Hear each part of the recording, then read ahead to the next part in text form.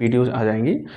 Day 1 day 2 करके मैं पढ़ा रहा हूँ। अगर आप लोग को ठीक लगता है एक बारी देखना अच्छे से प्रॉपर बैठ के, अगर ठीक लगती है तो डे 1 डे 2 करके क्लासेस को प्रॉपर देखना, ठीक है। और बेसिक्स जहाँ से शुरू हुई है ना, दैट मीन्स कि जीरो से, राइट, वहीं से चीज़ें शुरू कर रही हूँ जहाँ से अंग्रेजी प्रॉपर बनी हुई है, ठीक है। और अगर किसी भी चीज़ के लिए अगर आप पढ़ रहे हो, दैट मीन्स कि आपको एसएससी देनी है, बैंक देनी है, या कोई भी वनडे कॉम्पिटिटिव एग्जामिनेशन देनी है जिसमें कि अंग्रेजी पूछी जाती है, तो ओवरऑल अगर आप स्टार्टिंग से लेके देखते हो या जो भी बच्चे क्लासेस में पढ़ते हैं, तो इसके बाहर जनरली नहीं आता है, ठीक है। मतलब थोड़ी बहुत चीज़ें अगर कायदे से अगर आपने कर लिया है तो फिर ऑलमोस्ट आपकी चीज़ें क्लियर हो जाती है, ठीक है। देखो सबसे पहले अंग्रेजी शुरू कहाँ से हुई है, देखो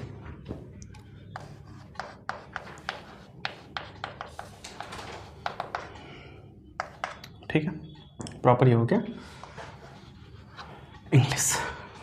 देखो सबसे पहले जो चीज़ें हमें समझनी होती है कि प्रॉपर जो अंग्रेजी बनी हुई है, ये आप लोग को भी पता होगा कि ये जो अंग्रेजी बनी हुई है ओवरऑल अल्फ़ाबेट से बनी पड़ी है, ठीक है। अल्फ़ाबेट इन द सेंस कि जहाँ से बचपन में ABCD की जो शुरुआत करते हो, ठीक है। तो ये पूरी की पूरी जो अंग्रेजी है ये कायदे से अल्फ़ाबेट से बनी हुई है, ठीक है। और अल्फ़ाबेट्स का मतलब हो गया कि जो आप लेटर्स यूज करते हो, दैट मीन्स कि ABCD, EFGH, ठीक है। इनको भी दो भाग में बांटा गया है, एक आपका वॉवेल्स हो जाता है, एक आपका कॉन्सोनेंट्स हो जाता है, ठीक है। और एक कायदे से जो आप लोग सेमी वॉवेल वगैरह कहते हो तो उसका कोई खास यूज है नहीं, बस इन दोनों को लेके आगे चलते हैं, ठीक है। तो इसी अल्फ़ाबेट का दो पार्ट्स हो गए, अल्फ़ाबेट दैट मीन्स लेटर्स का, एक आपका हो गया कायदे से वॉवेल्स और दूसरा हो जाता है तुम्हारा कॉन्सोनेंट्स, ठीक है।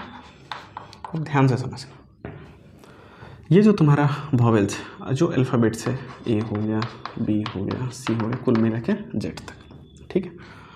अब वॉवेल और कॉन्सोनेंट का पार्ट कुल मिला के बटा हुआ है। ये जो वॉवेल्स है तुम्हारे पास, ये कायदे से हम लोग कहते हैं कितने होते हैं, 5, ठीक है। उसके बाद जो कॉन्सोनेंट्स है, दैट मीन्स कि इनसे जो बचा हुआ पार्ट B, C, D और ये कहाँ तक जाएगा, Z तक जाएगा, ठीक है। अब देखना, मैं बेसिक्स चीज़ें यहीं से शुरू कर रहा हूँ और कुछ चीज़ें यहीं से अटपटी तरीके से करी गई है, तो यहीं से चीज़ें ठीक करते हुए चल रहा हूँ और आप भी इस बात पे थोड़ा सा गौर करना, ठीक है। ये तुम्हारे पास वॉवेल 5 हो गया और कॉन्सोनेंट्स ओवरऑल मिला के 21 हो गया। अब दिक्कत यहाँ पे ये है कि इस वॉवेल का जो साउंड है या वॉवेल की जो जनरली वॉवेल्स यूज करा जाता है, वो ये बोला जाता है कि अगर ये सारे लेटर्स अगर आते हैं, ठीक है, तो उनके पहले एन का यूज करना चाहिए। जनरली वॉवेल की थ्योरी यही है कि अगर ए या यू से अगर आपका कोई वर्ड स्टार्ट होता है तो उसके पहले आप एन का यूज करोगे, ठीक है। लेकिन जब सेंटेंस में यूज करने की बारी आती है तब आप इसको कहते हो उच्चारण के हिसाब से जज करो। उच्चारण के हिसाब से इन द सेंस ये कि उसके बाद आप हिंदी के उच्चारण के हिसाब से जज करते हो कि इसके पहले एन आएगा कि ए आएगा, वो भी हिंदी उच्चारण निकालने के बाद। अब थोड़ा सा एक दो चीज़ें समझना। मान लो कि मैंने एक सेंटेंस लिखा, दिस इज ए या एन अम्ब्रेला, ठीक है। अब यहाँ पे ए आएगा कि एन आएगा, बस इसी चीज़ को थोड़ा सा समझना कि यहाँ तो यू आया हुआ है और हिंदी के हिसाब से थोड़ा सा छोड़ दो, तो ये यू इस वॉवेल का पार्ट है, तो यहाँ पे ए नहीं होके क्या हो जाएगा, एन हो जाएगा, ठीक है। एक तो ये चीज़ है, जनरली जो वॉवेल हम लोग पढ़ते हैं 5 पार्ट मिला के। अब इसी जगह पे एक और सेंटेंस लिख रहा हूँ, दिस इज ए या एन यूनिवर्सिटी, ठीक है। दिस इज ए या एन यूनिवर्सिटी। अब यहाँ पे तुम्हें ए या एन जज करना होगा, तो यहाँ पे एन नहीं होकर यहाँ पे क्या हो जाता है, ए हो जाता है, ठीक है। अब इसकी कहानी समझो कि हमें तो वॉवेल 5 पढ़ा दिया जाता है, AEIOU, लेकिन जब इसकी जजमेंट की बारी आती है कि इसके पहले जब तुम्हें ए लगानी है कि एन लगानी है इसके आगे, तब हमें हिंदी उच्चारण समझ आती है। तो क्यों ना जब आप वॉवेल्स यहाँ 5 पढ़ते हो तो यहीं पे हम लोग हिंदी का ही वॉवेल ऐड कर ले, इस AEIOU के बदले अगर आप हिंदी वाला ऐड कर लोगे तो झंझट हमारी ख़त्म हो जाएगी, ठीक है। तब तुम्हें ये उच्चारण वाला और AIEOU में तुम्हें कन्फ्यूज़न नहीं आएगा, ठीक है। तो अभी से याद रखना, ये जो वॉवेल है ना, ये 5 बेशक तुम पढ़ते हो, लेकिन जब इसकी यूज करने की बारी आती है तब इसके हिंदी उच्चारण के हिसाब से चले जाते हैं। तो ये जो वॉवेल है, आज से बस यही याद रखना कि आ ओ हो गया, आ हो गया, हर्षई, दीर्घई, हर्षौ, दीर्घौ, ठीक है। ये तुम्हारे ओवरऑल मिला के 6 हो गए, और हो जाता है ए, ई, ओ, ठीक है। ये ओवरऑल मिला के हिंदी के हिसाब से 10 लेटर्स हैं, ठीक है। इसके हिसाब से हमें जज करा जाता है। अब ध्यान से समझना, यू का मतलब क्या हो जाएगा, अम्ब्रेला, दैट मीन्स कि सिंस किसका आ रहा है, अ का आ रहा है, और यहाँ पे अवेलेबल है, इसलिए यहाँ पे ए नहीं होगा, क्या हो जाएगा, एन हो जाएगा। यूनिवर्सिटी में अंग्रेजी के हिसाब से यू तो अवेलेबल है, लेकिन इसकी जो हिंदी निकालते हो वो य होता है, राइट। और हिंदी में वॉवेल य उसमें अवेलेबल है नहीं, जिस वजह से यहाँ पे एन नहीं होगा, क्या हो जाएगा, एन हो जाएगा, ठीक है।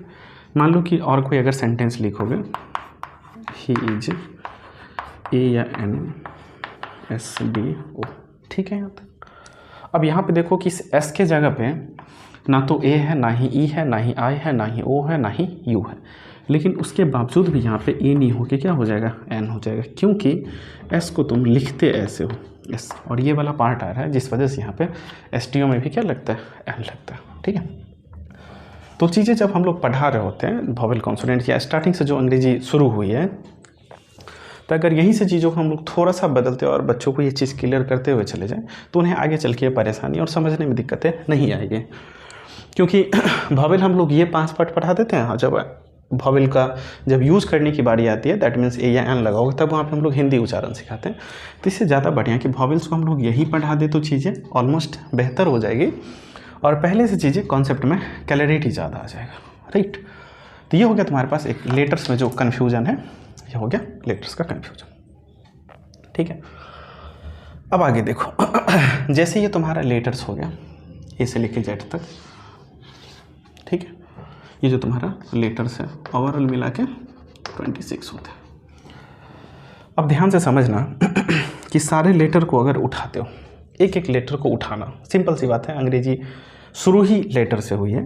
तो मान लो कि हमने एक पी लिया, एक ई लिया और एक एन लिया, ठीक है। अगर तुम एक एक लेटर को उठाओगे तो ये अपने आप में किसका फॉर्मेट तैयार करा, वर्ड का फॉर्मेट तैयार करा, ठीक है। मतलब एक पी ले लिया, एक ई लिया और एक एन लिया, तो ये अपने आप में किसका फॉर्मेट तैयार करा, वर्ड का फॉर्मेट तैयार करा, ठीक है। दैट मीन्स ये कि अंग्रेजी बनी किस चीज़ से, अल्फ़ाबेट से, और अल्फ़ाबेट का एक एक लेटर उठाया हमने, तब ये जाके किस चीज़ का फॉर्मेट तैयार करा, वर्ड का फॉर्मेट तैयार करा। अब यहाँ से तुम वर्ड का 2 डेफिनीसन तैयार कर सकते हो, ठीक है। 2 डेफिनीसन का मतलब ये हो जाएगा कि एक तुम्हारा डेफिनीसन ये हो गया कि एकदम प्रॉपर बेसिक्स पे ध्यान से समझना, ग्रुप ऑफ लेटर्स, ठीक है। मतलब ये कि ये जो है ये लेटर्स का क्या है, एक समूह है, दैट मीन्स कि ग्रुप है।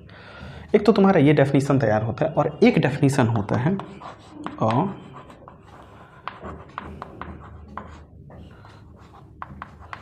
मीनिंगफुल कलेक्शन ऑफ लेटर्स, ठीक है। एक तो तुम्हारे पास ये हो गया अ ग्रुप ऑफ लेटर्स, और एक ये हो गया a meaningful collection of letters. दोनों डेफिनेशन इसी का है, इस वर्ड का ही, लेकिन दोनों में अगर सही के पॉइंट ऑफ व्यू से देखोगे तो इसमें ज़्यादा सही तुम्हें ये लगेगा। ये इसलिए लगेगा क्योंकि इसी लेटर को, जितना लेटर है तुम्हारे पास पी ई एन, अगर मैं इसको ऐसे लिख दूँ एन पी और ई, ये भी ग्रुप ऑफ लेटर है, राइट, लेकिन ये कोई मीनिंग नहीं दे रहा है या कोई वर्ड नहीं बन रहा है। और इसी जगह पर अगर तन्ने ये डेफिनेशन लिखा a meaningful collection of letters, इसका मतलब ये हो गया कि ये भी शब्दों का, एकदम लेटर का समूह है, लेकिन ये इसके साथ साथ मीनिंग भी दे रहा है, राइट। तो ये डेफिनेशन थोड़ा सा कायदे से लिखना गलत है, लेकिन तुम बोलचाल की भाषा में यूज कर सकते हो ग्रुप ऑफ लेटर्स, लेकिन ये यूज करोगे तो ज़्यादा बढ़िया होगा। एक बार ये रिकॉल करवा दे रहा हूँ सारा।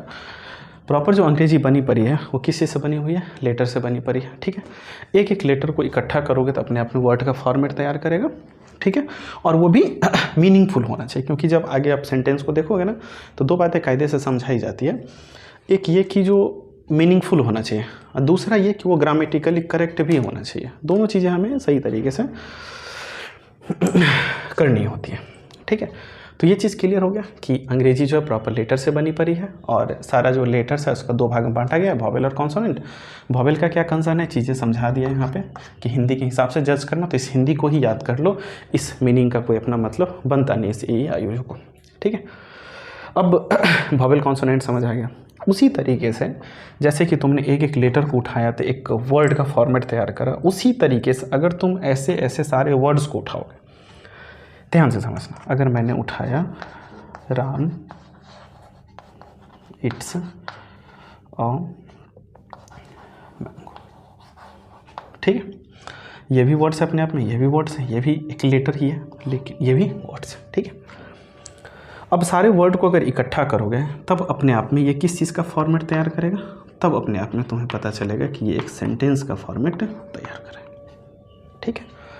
अब ध्यान से समझना यहाँ पे बात है, अंग्रेजी जो बनी है या जहाँ से अंग्रेजी स्टार्ट हुई है वो ऐसे ही बनी पड़ी है, ठीक है, कि अगर एक एक लेटर को उठाओगे तो अपने आप में वर्ड का फॉर्मेट तैयार करेगा, सारे वर्ड को इकट्ठा करोगे तो अपने आप में एक सेंटेंस का फॉर्मेट कायदे से तैयार करेगा, ठीक है।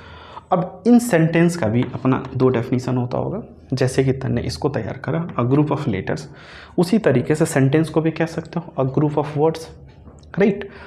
तो एक इसका डेफिनीशन ये भी तैयार होगा कि अ ग्रुप ऑफ वर्ड्स कह सकते हो, या नहीं तो फिर वही दूसरा वाला a meaningful collection of words, right.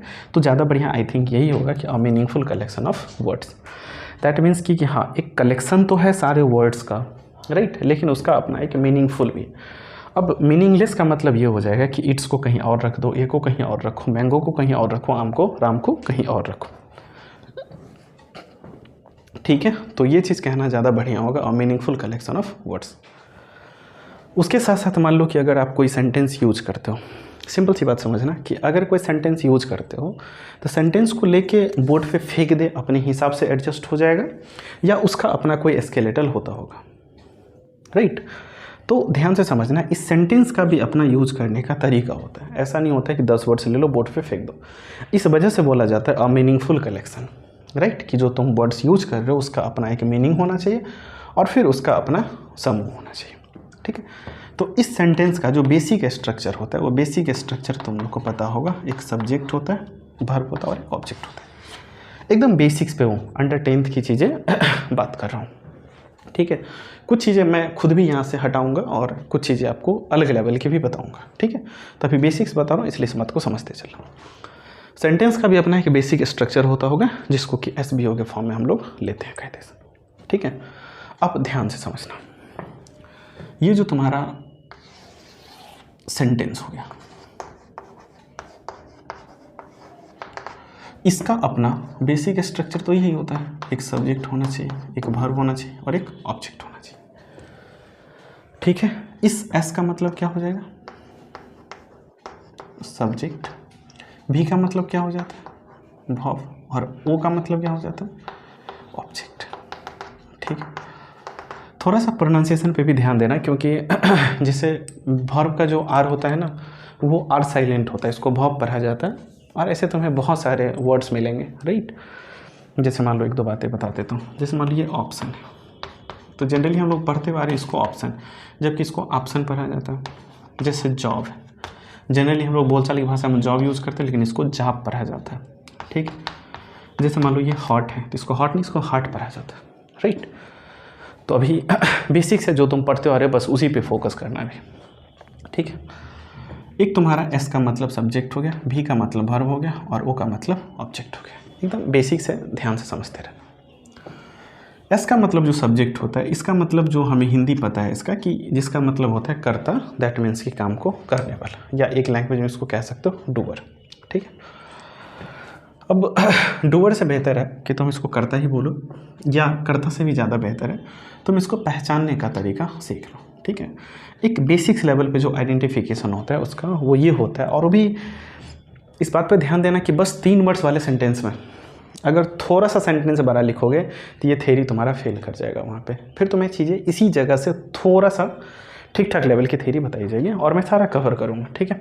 Basics पे हो तो इस बात को थोड़ा सा कंसीडर करना, ठीक है। सब्जेक्ट पहचानने का जो तरीका होता है वो तुमसे ये होता है कि तुमसे ना कौन और किसने का रिप्लाई मांगता है, अब ये रिप्लाई किससे मांगेगा, तो ध्यान से समझना। सब्जेक्ट का मतलब कर्ता, वर्ब का मतलब एक्शन, और ऑब्जेक्ट का मतलब होता है जिस पे काम का असर पड़े या जिस पे काम किया जाए। ठीक है, अब मान लो कि कौन और किसने का रिप्लाई मांगेगा, तो कुछ ना कुछ काम हो रहा होगा। तो ये जो वर्ब का नेचर है दैट मीन्स कि एक्शन, उसी से ये कौन और किसने का रिप्लाई मांगता है। वो भी ध्यान देना छोटे सेंटेंस पे, 3 वर्ड्स वाले सेंटेंस पे। ठीक है, तो सब्जेक्ट का मतलब हो गया कौन किसने, इसको अंग्रेजी में देखोगे तो तुमसे हु का रिप्लाई लेगा। ठीक है, वर्ब का मतलब हो गया एक्शन। एक्शन का मतलब ये हो जाता है कि जो तुम्हारा काम हो रहा होता है या होता है। ठीक है, ऑब्जेक्ट का मतलब होता है कि इफेक्ट ऑफ वर्ब, मतलब जिस पे वर्ब का असर पड़े। अब जिस पे वर्ब का असर पड़े दैट वन इज ऑब्जेक्ट। ठीक है, और इसके भी पहचानने के अपने तरीके होते हैं, जो तुमसे क्या और किसको का रिप्लाई मांगता है। ठीक है, दैट मीन्स अगर अंग्रेजी में देखोगे तो ये आपसे या तो व्हाट का या नहीं तो whom का रिप्लाई मांगता है। ठीक है, ये हमारा हो जाता है कायदे से ऑब्जेक्ट। ठीक है, सब्जेक्ट को पहचानने का तरीका, ये तुमसे कौन और किसने का रिप्लाई लेगा। Verb that means action, object that means क्या और किसको का रिप्लाई लेगा। अगर अंग्रेजी में देखोगे तो व्हाट या whom का रिप्लाई लेगा। 2-4 सेंटेंस से चीज़ें क्लियर कर लो, ध्यान से समझना। एक बात और इसी के साथ क्लियर करते हुए जा रहा हूँ कि ये जो सब्जेक्ट और ऑब्जेक्ट जो तुम पार्ट्स ऑफ स्पीच पढ़ते हो, अभी पार्ट्स ऑफ स्पीच भी बताऊंगा, लेकिन थोड़ा सा समझना। देखो ये जितना पार्ट्स ऑफ स्पीच है ये कुल मिला के तुम लोग 8 पढ़ते हो, लेकिन ये 8 नहीं होते, ये कायदे से 10 होते हैं। ठीक है, और बुक्स वगैरह भी इसको 8 ही कवर करती है, लेकिन 10 कैसे होते हैं मैं थोड़ा सा आगे चल के बताऊँगा इसको। तो पार्ट्स ऑफ स्पीच का जो बेसिक्स नेचर होता है, जिसका डेफिनेशन होता है, तो तुम लोग एक तो तुम लोग को पहले पता है कि जैसे मैंने पूछा कि पार्ट्स ऑफ स्पीच का डेफिनेशन बताओ, तो तुम लोग ये सामने से कहते हो they are divided into 8 groups. उसी जगह पे मैं अगर आपसे पूछता हूँ कि नाउन का डेफिनेशन बताओ, तो तुम लोग noun is a naming person place या नहीं तो नेमिंग वर्ड्स कह के निकल जाते हो। नाउन भी तो 5 प्रकार का होता है, तो फिर नाउन के बारे में ये नहीं क्यों नहीं कहते हो कि they are divided into 5 groups, वो तो वहाँ पे कहते नहीं हो।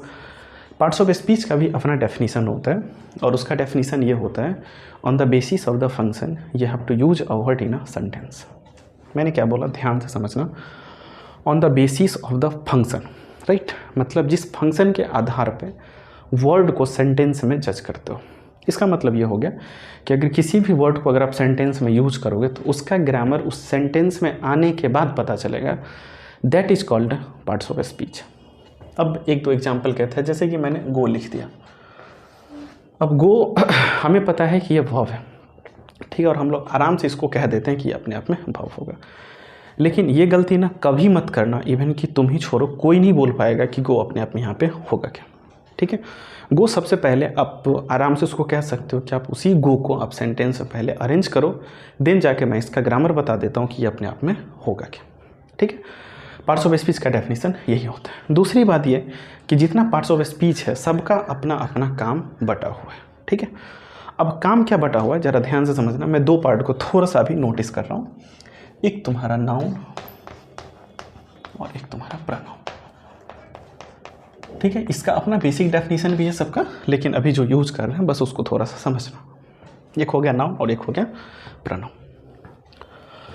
अब जो तुम्हारे सेंटेंस में सब्जेक्ट या ऑब्जेक्ट, ध्यान से समझना, मैं थोड़ी देर के लिए लिख देता हूँ कि ये जो सब्जेक्ट है ना, अगर ये आएगा तुम्हारे सेंटेंस में तो वो या तो नाउन होगा या नहीं तो प्रोनाउन होगा। समझना, या तो नाउन होगा या नहीं तो प्रोनाउन होगा। ये हो गई सब्जेक्ट। अब ऑब्जेक्ट की भी सेम ग्रामर है। ऑब्जेक्ट के बारे में भी बोला जाता है कि या तो ये नाउन होगा या नहीं तो प्रोनाउन, बाकी और कुछ नहीं हो सकता। अगर तुम्हारे सेंटेंस में सब्जेक्ट या ऑब्जेक्ट आएगा तो या तो ये नाउन होगा या नहीं तो ये प्रोनाउन होगा। ठीक है, यहाँ तक। अब इसी नाउन और इसी प्रोनाउन की जगह पे थोड़ा सा एक पार्ट और आता है जिसको कि तुम लोग वर्ब का चौथा फॉर्म भी कहते हो। ठीक है, तो ये जो वर्ब का चौथा फॉर्म है ये तो सबसे पहले वर्ब नहीं है, ये वर्ब तब बनता है जब ऑक्सिलरी के साथ आता है। तो वर्ब के चौथा फॉर्म को तुम लोग कहते हो कायदे से जेरेंट, जिस जेरेंट की मीनिंग तुम्हें समझ आती नहीं है। उसी को मैंने एक वर्ड में बोला गया है वर्बियल नाउन। ठीक है, वर्बियल नाउन का मतलब होता है वर्ब एज ए नाउन। ठीक है, तो वर्ब का चौथा फॉर्म भी आ सकता है, तो उसको भी तुम नाउन ही कंसीडर करते हो और नाउन ही कंसीडर किया भी जाता है, ठीक है, अगर वो सब्जेक्ट या ऑब्जेक्ट के प्लेस पे आया है तो, ठीक है। आगे चल के बताता हूँ, ध्यान से समझना। 2-3 सेंटेंस से चीज़ें क्लियर कर रहा हूँ, ध्यान से समझते चलना। एक इधर से उठा लेता हूँ, राम ईट्स अ मैंगो, ठीक है। अब इतना बेसिक है ये, तो इसका तो मीनिंग ऑलमोस्ट सबको पता होगा। राम मतलब राम, ईट्स का मतलब खाना, मैंगो का मतलब आम, ठीक है। यहाँ तक 2-3 बातें और समझते हुए चलना स्टार्टिंग से ही, कि अगर मैं तुमसे काम पूछूं सिंपल सा, तो काम क्या चल रहा है, तो काम चल रहा है खाने का, ठीक है। ईट्स का मतलब क्या हो गया, खाना। या ऐसे कह सकते हो, राम मतलब राम, ईट्स का मतलब खाना, मैंगो मतलब आम। तो इन तीनों से, या जितना भी इसमें वर्ड्स दिया हुआ है, इसमें अगर मैं तुमसे एक्शन पूछूं या काम पूछूं, काम क्या चल रहा है, तो तुम्हें सीधा समझ में आएगा खाने का। तो जो काम हो रहा है वो तुम्हारा क्या हो जाएगा, वर्ब हो जाएगा, खाने का। कौन खाता है, तो राम खाता है, मतलब ये तुमसे किसका रिप्लाई लिया, कौन का। कौन मीन्स की हु का रिप्लाई लिया, और जो तुमसे हु का रिप्लाई लेगा ये किस चीज़ का काम करेगा, सब्जेक्ट का काम करेगा, ठीक है। तो जो कौन का रिप्लाई लिया वो तुम्हारा सब्जेक्ट हो गया। क्या खाता है, आम खाता है, ये तुमसे किसका रिप्लाई लिया, कायदे से व्हाट का रिप्लाई लिया, ठीक है। व्हाट इन द सेंस की क्या, और जो तुमसे क्या का रिप्लाई लेगा वो किस चीज़ का काम करेगा, ऑब्जेक्ट का काम करेगा, ठीक है। समझ आ गई। जितना भी बेसिक्स या 3 वर्ड्स का सेंटेंस है ना, उसमें यही अप्लाई होता है। जैसे मान लो, आई बीट यू, आई का मतलब मैं, बीट का मतलब पीटना, यू का मतलब तुम। अगर सिंपल सी बात पूछो, काम क्या चल रहा है, तो पीटने का। कौन पीटता है, तो मैं पीटता हूँ। तुमसे किसका रिप्लाई लिया, कौन का रिप्लाई लिया, ठीक है। जो तुमसे कौन या हु का रिप्लाई लेगा किस चीज़ का काम करेगा, सब्जेक्ट का। किसको पीटे हो, यू को पीटे, तो ये तुमसे किसका रिप्लाई लिया, किसको का, दैट मीन्स कि हुम का। तो जो तुमसे हुम का रिप्लाई लेगा ये किस चीज़ का काम करेगा, ऑब्जेक्ट का काम करेगा, ठीक है। तो जितने भी छोटी छोटी सेंटेंस है या 3 वर्ड्स का सेंटेंस है, उसमें चीज़ें यही अप्लाई होती है, ठीक है। दूसरी बात यह यहीं से एक बात और समझते हुए चलना, कि इन सब का जो नेचर है वो सबका नेचर तो वही है, SVO के फॉर्मेट वाला। एक सब्जेक्ट है, दूसरा वर्ब है, अगला तुम्हारा ऑब्जेक्ट है, ठीक है। एक सब्जेक्ट हो गया, दूसरा वर्ब हो गया, तीसरा ऑब्जेक्ट हो गया। इसमें अगर और सेंटेंस अगर लिखने का मन करे तो लिख सकते हो, आई टीच इंग्लिश। आई का मतलब मैं, टीच का मतलब पढ़ाना, इंग्लिश, ठीक है। काम क्या चल रहा है, पढ़ाने का, ये वर्ब हो गया। कौन पढ़ाता है, मैं, तो ये किस चीज़ का काम करेगा, सब्जेक्ट का। क्या पढ़ाते हैं, इंग्लिश पढ़ाते हैं। तुमसे किस चीज़ का रिप्लाई लिया, क्या का, तो ये किस चीज़ का काम करेगा, ऑब्जेक्ट का। ये सब्जेक्ट हो गया, ये वर्ब हो गया, और ये ऑब्जेक्ट हो गया, ठीक है यहाँ तक। तो जितना बेसिक्स वाला नेचर है या जितना तुम्हारा SVO का फॉर्मेट है, उसमें तुम्हें चीज़ें यही अप्लाई होती है। लेकिन तुम यहीं तक मत रहना, ठीक है। थोड़ी सी चीज़ें चेंज करते हुए चल रहे हैं, तो उसको भी तुम चेंज करते हुए चलो, ठीक है। देखो कि एक तो बात ये बता दिया, दूसरी बात ये समझना कि तुम्हारा जो सेंटेंस होता है, एक तुम्हारा S हो गया, B हो गया और O हो गया, ठीक है। ये तो एक बात क्लियर हो गया होगा तुम्हें यहाँ भी, कि जो वर्ब से पहले आता है वो तुम्हारा सब्जेक्ट हो गया, जो वर्ब के बाद आया हुआ है वो तुम्हारा ऑब्जेक्ट हो जाएगा। ध्यान रखना, मैं बेसिक्स पे ही हूँ अभी, ठीक है। तुम्हें बहुत अच्छे सेंटेंस है इंट्रोड्यूस करवाता हूँ, ठीक है। और बिना किसी मीनिंग को जाने, बिना किसी बहुत ज़्यादा ग्रामर को जाने तुम क्वेश्चंस कैसे सॉल्व करोगे एग्जाम में, ऑफलाइन बैचेज में बहुत शानदार तरीके से बता देता हूँ। यहाँ भी चीज़ें बहुत तरीके से बताऊँगा, ठीक है। कि बिना किसी चीज़ को पढ़े, बिना मीनिंग को रटे, बिना किसी चीज़ को किए हुए तुम कैसे चीज़ों को कवर करोगे और समझोगे कैसे, ठीक है। देखना जैसे यहाँ पढ़े हो क्या, किसको, कौन, किसने, उसी तरीके से यहाँ पे एक लाइन याद रखना, कि लाइन याद क्या रखना है, कि अगर बस एक ही पार्ट अभी लिख रहा हूँ वर्ब के बाद, ठीक है। अगर कोई नाउन या प्रोनाउन या वर्ब का चौथा फॉर्म, ये भी याद रखना। और ये जो वर्ब का चौथा फॉर्म होता है, ठीक है, ये जो वर्ब का चौथा फॉर्म होता है इसको जनरली हम लोग कहते हैं जेरेंड।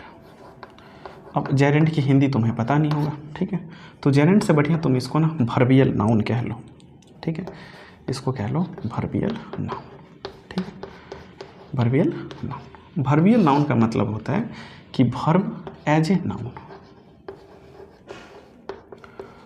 अब ध्यान से समझना कि वर्ब का चौथा फॉर्म जेरेंड, इसके मीनिंग तुम्हें पता नहीं होगा, ठीक है, और वर्ब के चौथा फॉर्म को जेरेंड, वर्बियल नाउन या वर्ब एज ए नाउन क्यों कहते हैं, जरा सा इस बात को भी समझो। वर्ब के चौथा फॉर्म का बस इतना ही मीनिंग नहीं होता है, बस वर्ब छोड़ के बाकी सारा मीनिंग आ जाता है, ठीक है, जैसे एडजेक्टिव यूज़ होता है, पार्टिसिपल यूज़ होता है, सब्जेक्ट या ऑब्जेक्ट दोनों यूज़ करा जाता है। अब समझना, हम लोग वर्ब के फॉर्म को पढ़ते हैं और तुम कायदे से कह देते हो, पूछता भी हूँ कि वर्ब कितने हैं तो तुम कायदे से कह देते हो 5 होते हैं, ठीक है। अब सिंपल सी बात यह है कि जब मैंने तुमसे पूछा कि वर्ब कितने होते हैं तो तुम आराम से कह देते हो कि वर्ब 5 होते हैं, ठीक है, V1 V2 V3 V4 and V5। अब मैं सब पे सिंपल सी बात है कि एक मैं वर्ब का फॉर्म ले रहा हूँ, जैसे कि प्ले ले लो, सब पे एक एक सेंटेंस बना दो, तो सबसे पहले हम फॉर्म लिख देते हैं। प्ले का प्लेड हो गया, V3 भी प्लेड हो गया, V4 तुम्हारा प्लेइंग हो जाएगा एंड V5 तुम्हारा प्लेज हो जाएगा। ये चीज़ें आई थिंक सबको पता होगा पहले से। और मैं कहता हूँ कि सब पे ना एक एक ट्रांसलेशन बना लो, ठीक है, सब पे एक एक ट्रांसलेशन बनाओगे, प्ले हो गया, प्लेड हो गया, प्लेइंग हो गया, प्लेज हो गया, तो तुम्हें ये समझ आएगी कि जैसे अगर मैंने आई सब्जेक्ट मान के बनाया तो पहला हो जाएगा आई प्ले, दूसरा तुम्हारा हो जाएगा आई प्लेड, ठीक है। जब तीसरा फॉर्म बनाने की बारी आती है तो तुम लोग इसमें क्या करते हो कि आई हैव लगा देते हो। अब ध्यान से समझना कि मैं सीधे पहले आई प्लेड लिख देता हूँ।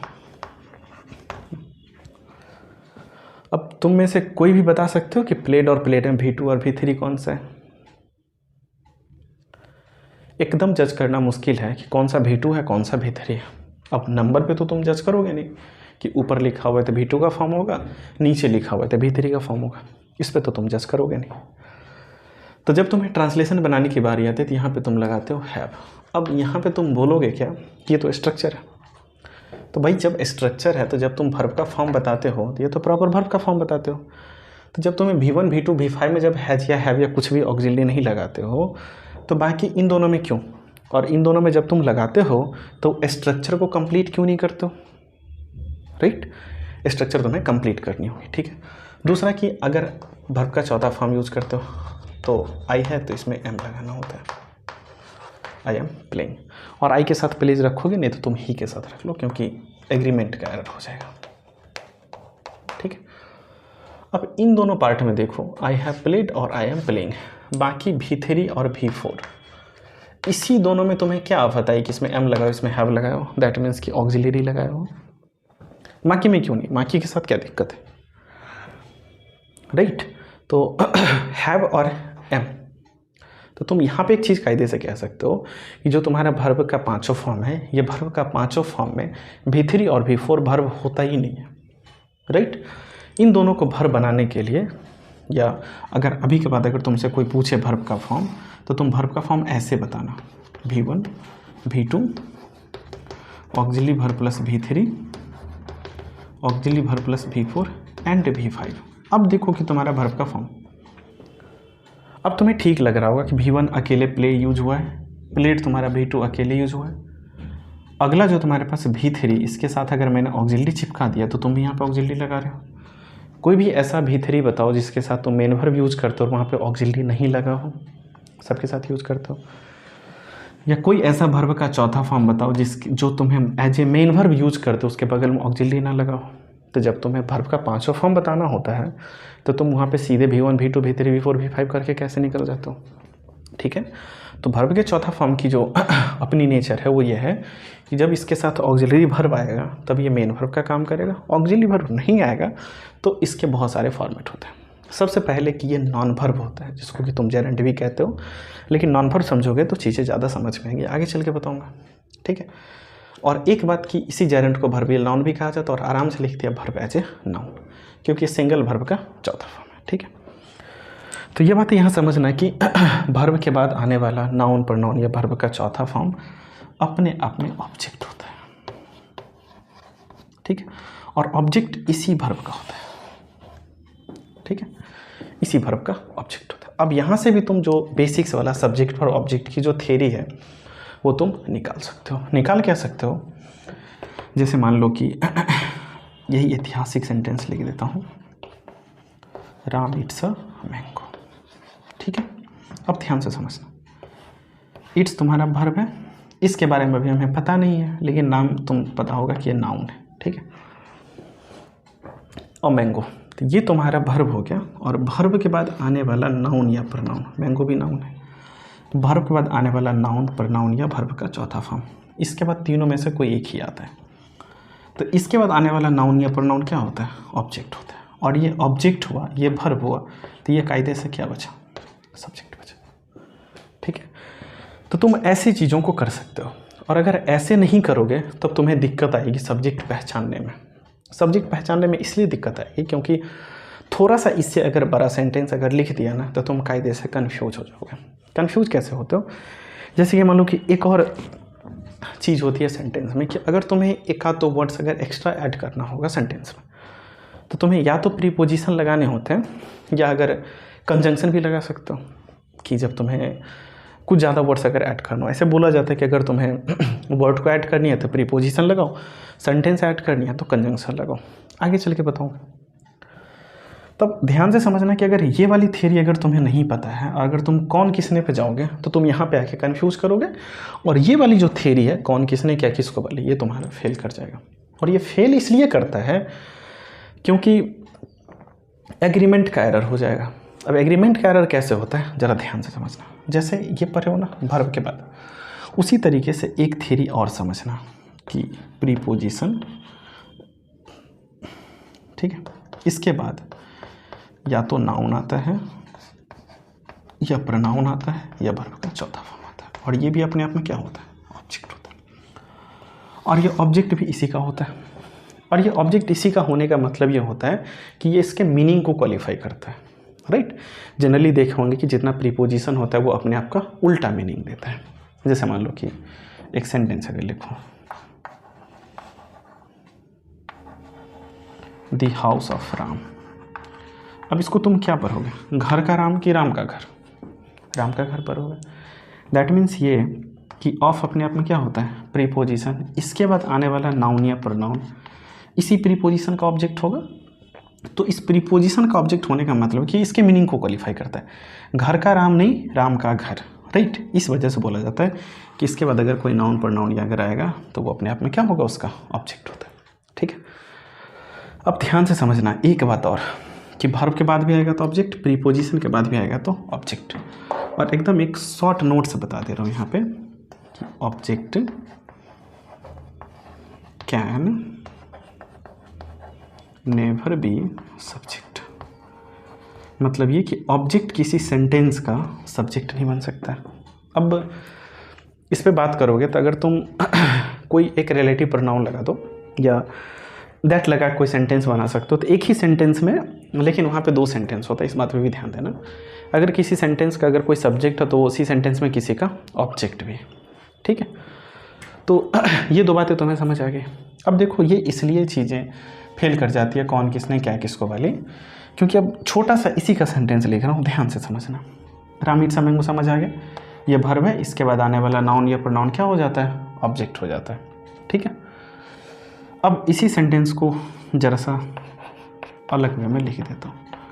अब देखो कोई ये मत ध्यान देना कि ये अपने आप में पैसिव है, क्योंकि फर्स्ट ऑफ ऑल ये सेंटेंस है, अ मैंगो इज या आर इटन बाय। अगर तुम कौन किसने या क्या किसको पे आओगे या काम करने पे आओगे या काम का असर पड़ने पे, तो तुम्हें ये चीज़ समझ आएगा काम क्या हो रहा है, खाने का, ठीक है। अब इसकी हिंदी निकालोगे तो हिंदी तुम्हें ये समझ आएगी कि राम के द्वारा आम को खाया गया है। काम कर कौन रहा है, राम काम कर रहा है। किस पे हो रहा है काम का असर, आम पे ही हो रहा है। तो इस थ्योरी के हिसाब से, और इसमें भी देखो राम आम खाता है, ठीक है। तो कोई इस पैसिव पे ध्यान मत देना कि ये अपने आप में पैसिव है। सबसे पहले ये एक सेंटेंस है, राइट। तो a mango is eaten by Ram, Ram के द्वारा आम को खाया गया। तो अगर काम के हिसाब से देखोगे काम क्या चल रहा है, खाने का। कौन खाया, राम। क्या खाया, अ मैंगो। तब इसके हिसाब से ये सब्जेक्ट हो जाएगा और ये ऑब्जेक्ट हो जाएगा। अब इसी जगह पे अब दिक्कत यहाँ पे ये नहीं है कि राम भी है और अ मैंगो भी है, तो यहाँ पे इज होगा कि आर होगा। तो सब्जेक्ट तुम अभी समझना कि या तो राम होगा या नहीं तो अ मैंगो होगा, और दोनों सिंगुलर है तो यहाँ पे इज हो जाएगा। इसी जगह पे अगर मैं लिख देता हूँ मैंगोज इज या आर इटेन बाय राम, अब तुम्हें थोड़ा सा कॉन्ट्राडिक्शन दिखेगा।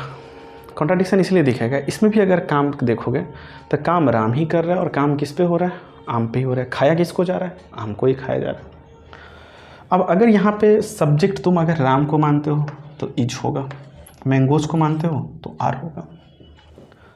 अब सब्जेक्ट यहाँ पे राम है या मैंगोज है, ये तुम्हारे लिए जज करना थोड़ा सा कठिन हो जाएगा अगर तुम बेसिक्स वाले नेचर पे रहोगे कि काम किया कौन है, काम का असर किस पे पड़ा है, तो तुम थोड़ा सा कायदे से कन्फ्यूज हो जाओगे। लेकिन तुम्हें ये वाली थ्योरी अगर पता है तो तुम बिल्कुल भी कंफ्यूज नहीं होंगे, ठीक है।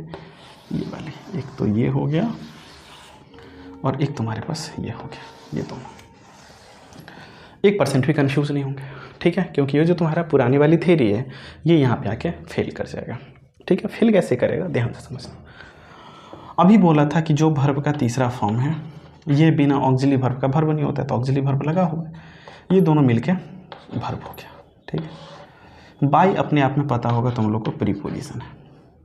प्रीपोजिशन के बाद आने वाला जो नाउन है वो अपने आप में क्या होता है, ऑब्जेक्ट होता है। ये ऑब्जेक्ट हो गया, ये वर्ब हो गया, तो ये पार्ट बचा क्या आपका, सब्जेक्ट बचा। काम के हिसाब से देखोगे तो सब्जेक्ट तुम्हें राम दिखेगा, ठीक है। और मैक्सिमम लोगों से पूछो इसमें इज होगा कि आर होगा नीचे वाले में, तो तुम लोग आराम से कह दे तो यहाँ पे इज नहीं होगा, यहाँ पे आर होगा। और ये आर कहने के बावजूद भी ये बात मानने को तैयार नहीं होते हो कि वाली थ्योरी फेल करती है, राइट। कई बार जो बच्चे नहीं समझ पाते हैं या पहले से जो रट्टा मार के बैठे हैं ना, उनसे थोड़ी बहुत डिस्कस भी होता है इन सारी चीज़ों पे, ठीक है। खैर छोड़ते हैं इसको। ये अपने आप में क्या है, बी थ्री, ये ऑक्सिलरी वर्ब, ये दोनों मिला के क्या हो गया, वर्ब हो गया। क्यों, क्योंकि बी थ्री और वर्ब का चौथा फॉर्म अपने आप में वर्ब होता ही नहीं है, तो ये वर्ब हो गया। बाय क्या है, बाय हो गया अपने आप में प्रीपोजिशन।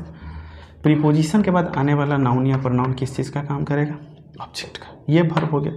तो सब्जेक्ट कौन बचा, मैंगोज। मैंगो सिंगुलर या प्लूरल, तो तुम बोलोगे प्लूरल, इसलिए यहाँ पे क्या हो जाएगा, आर हो जाएगा। इसका काट तुम्हें मिलेगा नहीं कि सब्जेक्ट खोजने का जो तरीका है, इसका काट तुम्हें मार्केट में कहीं नहीं मिलेगा, ठीक है। अब एक बात और यहाँ से समझते रहना कि जैसे ये सब्जेक्ट और ऑब्जेक्ट का फॉर्म लिखा है कि सेंटेंस में जो सब्जेक्ट होता है वो या तो नाउन या प्रोनाउन होगा, या अगर सेंटेंस में ऑब्जेक्ट है तो भी या तो नाउन या प्रोनाउन होगा, ठीक है। यही तुम्हारी लेटर से शुरू होती है और चीज़ें इस हद तक पहुँचती है, ठीक है। तो सब्जेक्ट खोजने का जो तुम्हारे पास छोटा मोटा तरीका, या अंडर 10th अगर तुम इन सारी चीज़ों को पढ़ते हो तो कोई दिक्कत नहीं है, एकदम 1 पैसा का दिक्कत नहीं है। बड़ा सही टाइम पे लाइन कट ले।